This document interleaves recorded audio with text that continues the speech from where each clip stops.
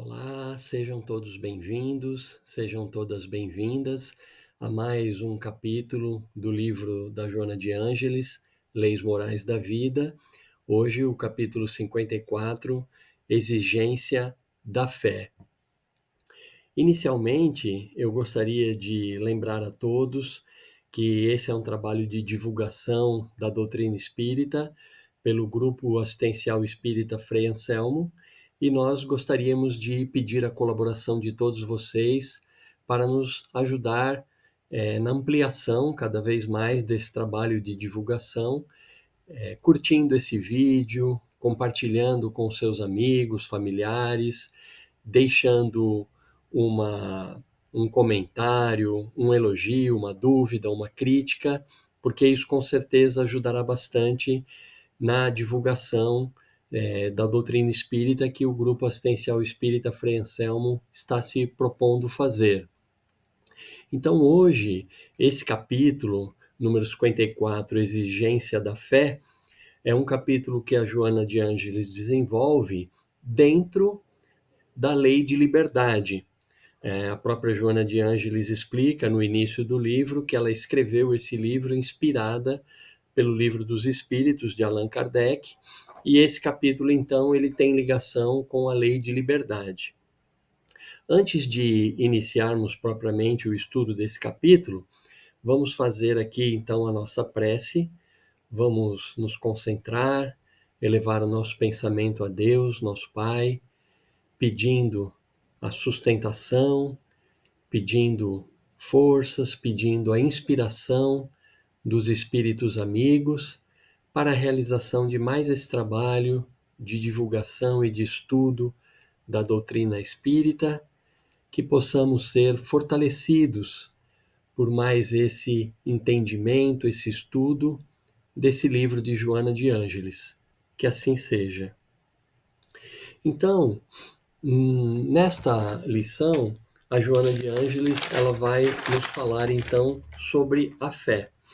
E inicialmente eu gostaria de citar um trecho da epístola de Tiago, o apóstolo Tiago, na sua epístola, capítulo 2, item 26, ele diz o seguinte: a fé sem obras é morta, da mesma forma que o corpo sem o espírito está morto. Então, esse trecho do apóstolo Tiago. Esse trecho resume bem o que a Joana de Ângeles vai nos transmitir no capítulo de hoje. Ela nos diz que crer, que ter uma fé, implica em nos transformarmos. Quando temos uma fé, isso implica em buscarmos nos melhorar. Significa que nós temos um estímulo, um apoio para buscar o nosso progresso espiritual. Então, ela vai desenvolver esse assunto dizendo que a verdadeira fé, ela impulsiona o ser humano a modificações importantes. A fé nos impulsiona para que possamos sair da inércia. E isso significa, por tudo que a doutrina espírita nos ensina, que nós somos seres que estamos em busca de autoeducação, de autoaperfeiçoamento, de autorrenovação. Ou seja, a palavra auto, ela está ligada à autonomia. Significa que nós temos a capacidade de educarmos a nós mesmos.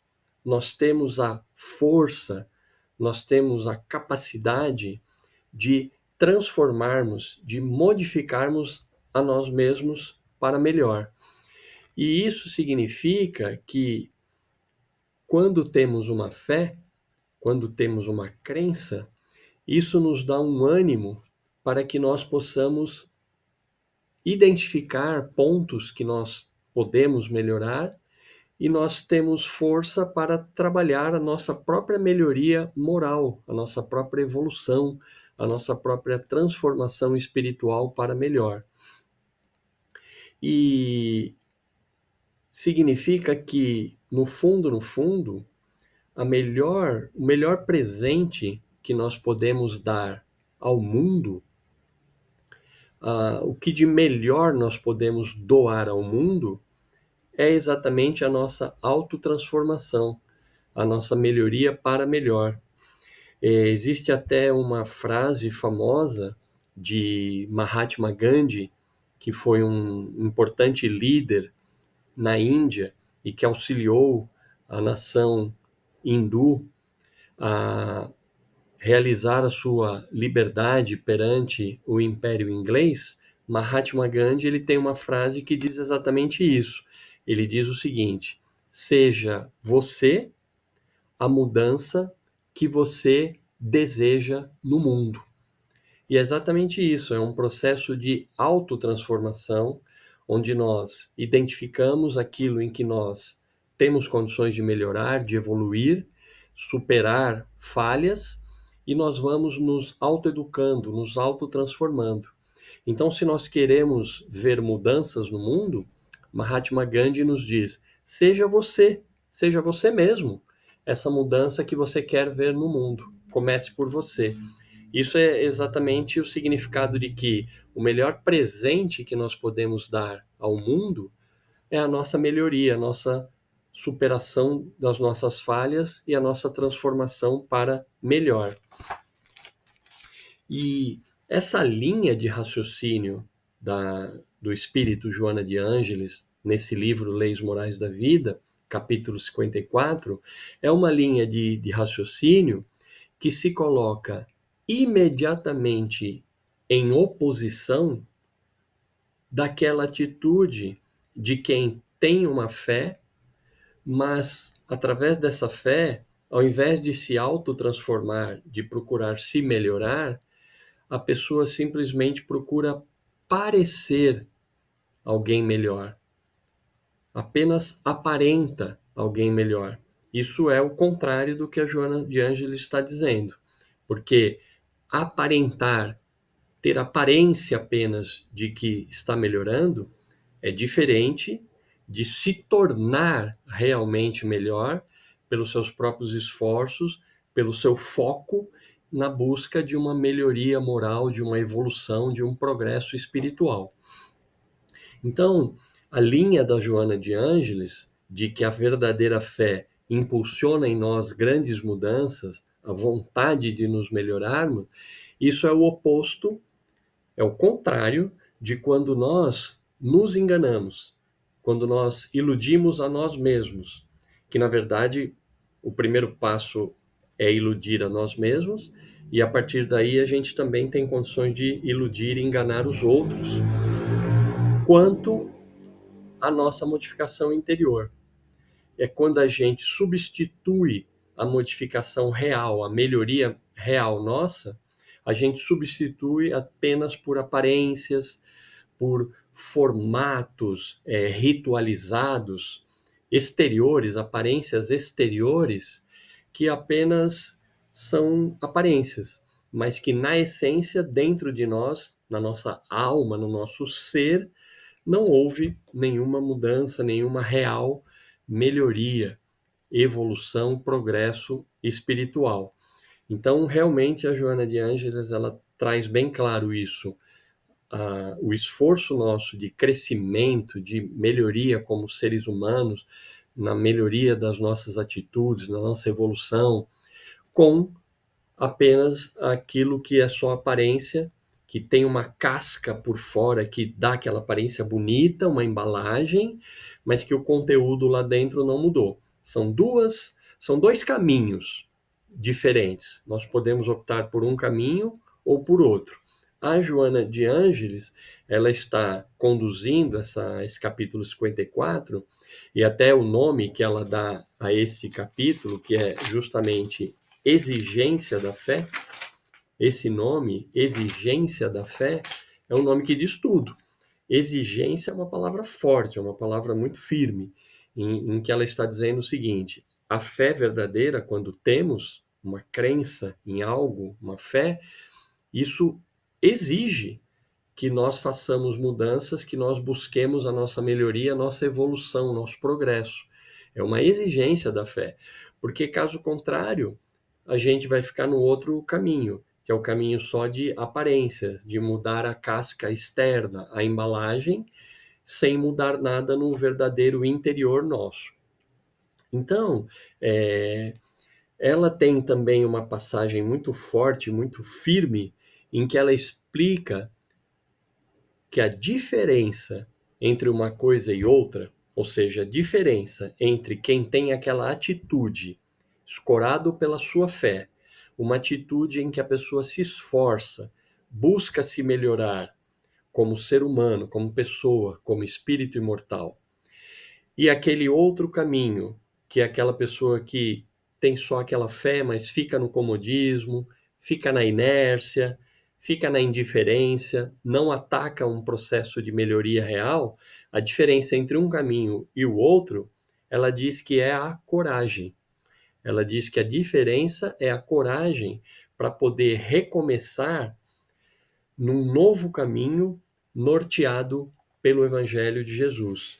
Então, significa aqui claramente que ela está nos dizendo que para a gente abraçar uma fé de forma concreta, de forma verdadeira, e que isso dê início em nós a um processo em que a gente, de acordo com aquela fé, de acordo com aqueles ensinamentos que nós estamos aprendendo naquela fé, queiramos nos modificar, que nós queiramos abandonar determinados hábitos antigos que nós temos, atitudes antigas, queiramos abandonar e passar por uma transformação, por uma melhoria de novas atitudes de acordo com aquela fé, para fazer isso, ela está dizendo que precisa ter coragem, efetivamente.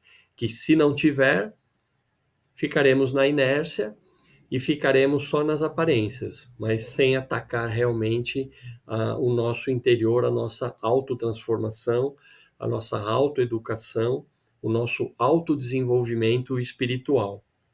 E aí eu gostaria de, de trazer uma passagem do próprio Evangelho de Jesus, onde Jesus também traz essa mesma linha, para ilustrar aqui o que a Joana de Ângeles está dizendo.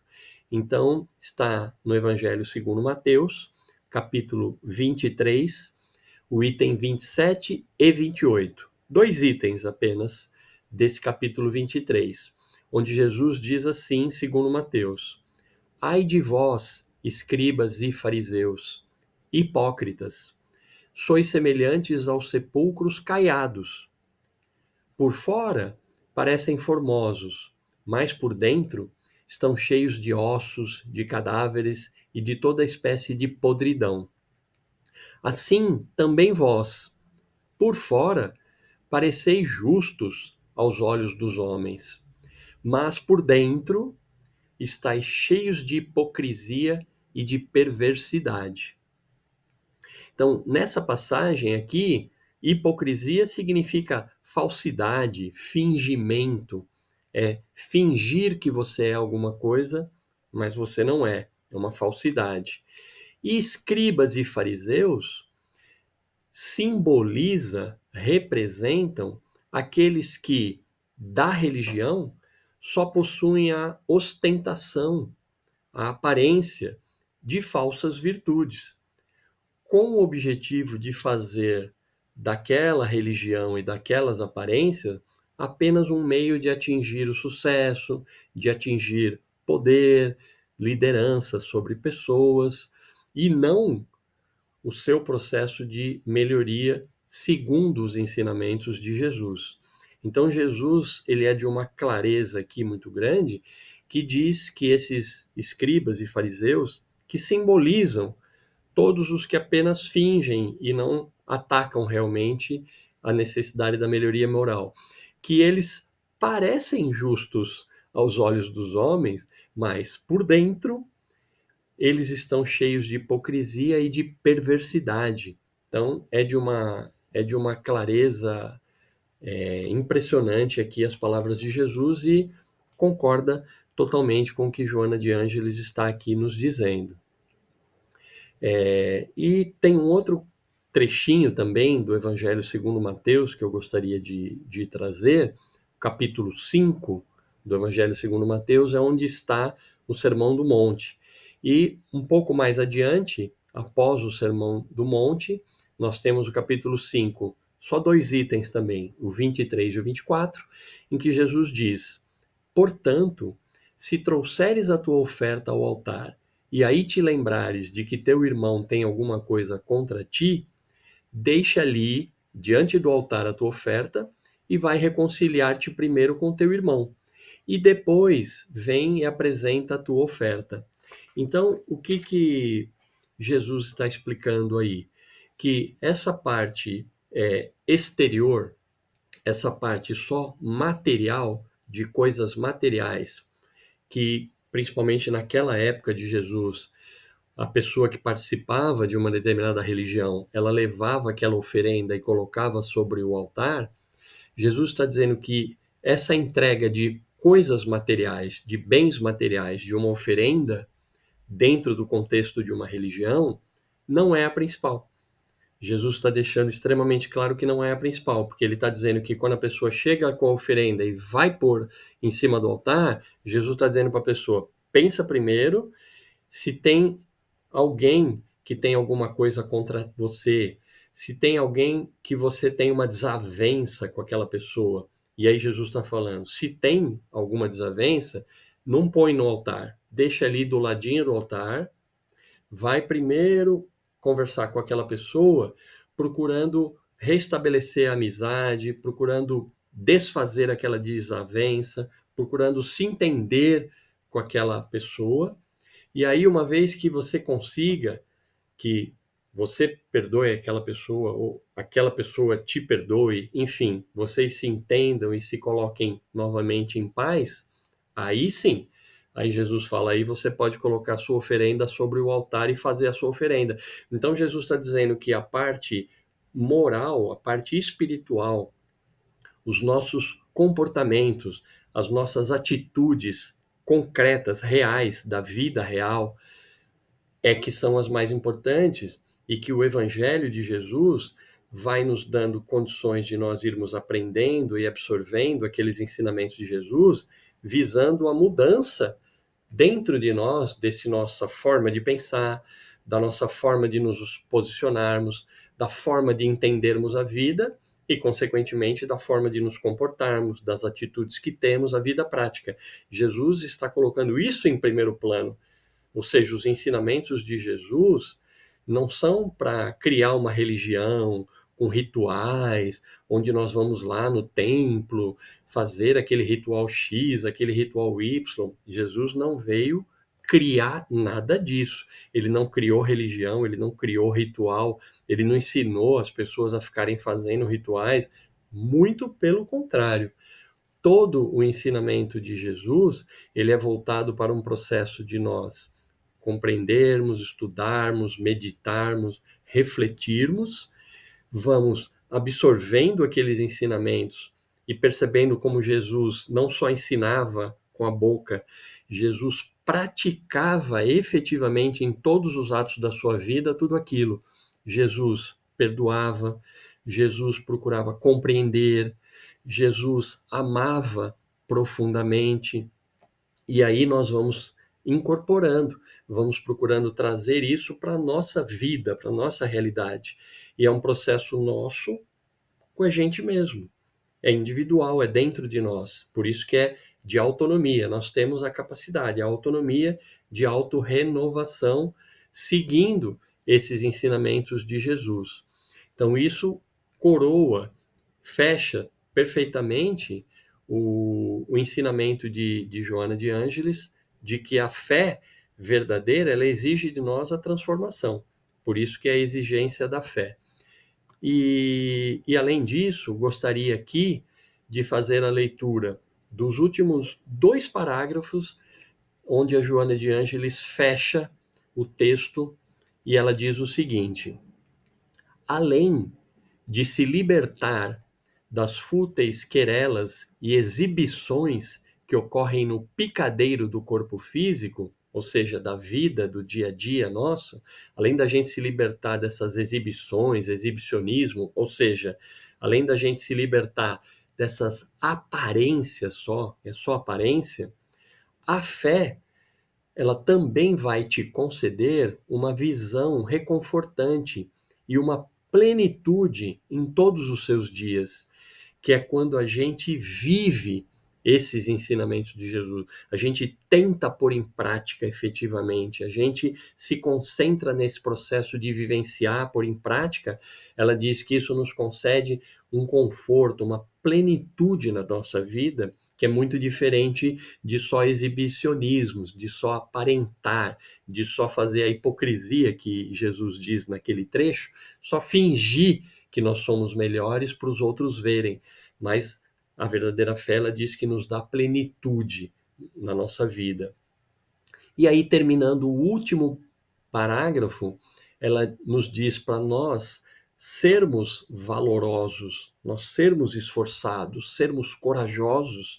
E aí ela diz para a gente se manter confiante nos postulados, nos ensinamentos evangélicos e para a gente se permitir, sem titubear, para a gente se permitir viver a fé, mas com a resolução de quem está disposto a pelejar sem descanso até a vitória final com Jesus. Então a gente percebe que é algo assim muito forte, firme, que Joana de Ângeles nos aconselha perante a fé e que está em completa harmonia com esses ensinamentos de Jesus, com essas passagens de Jesus que nós lemos aqui para procurar ampliar um pouco mais, trazendo a palavra direta de Jesus sobre esse assunto. Então, antes de encerrarmos, eu gostaria só de, mais uma vez, pedir a todos essa colaboração perante esse projeto de divulgação da doutrina espírita do Grupo Assistencial Espírita Frei Anselmo, a ajuda de vocês no sentido de curtir esse vídeo, compartilhar com seus amigos, familiares, para ajudar nesse processo de divulgação e também deixar um comentário, deixar uma crítica, uma sugestão, um elogio, algum comentário que possa também nos ajudar ao Grupo Assistencial Espírita Frei Anselmo a melhorar cada vez mais esse trabalho e essa divulgação através da leitura de livros correlacionados com a doutrina espírita, como esse livro do Espírito Joana de Ângeles, onde ela diz no início que ela se inspirou na obra de Allan Kardec para escrever esse livro. Então, agradecendo a todos, vamos encerrar com uma prece também, elevando o nosso pensamento a Deus, agradecendo por essa oportunidade que aqui estamos tendo de pararmos alguns minutos para refletirmos, para buscarmos o nosso entendimento perante os ensinamentos da doutrina espírita, que nada mais são do que os ensinamentos renovados, explicados e esclarecidos do Evangelho de Jesus. Agradecemos a Deus, nosso Pai, pedimos a sustentação dos bons espíritos, dos espíritos amigos, nesse nosso projeto de progresso espiritual, de evolução, de aperfeiçoamento de nós mesmos, de acordo com os ensinamentos de Jesus. Muito obrigado, que assim seja. E até uma próxima oportunidade. Até logo.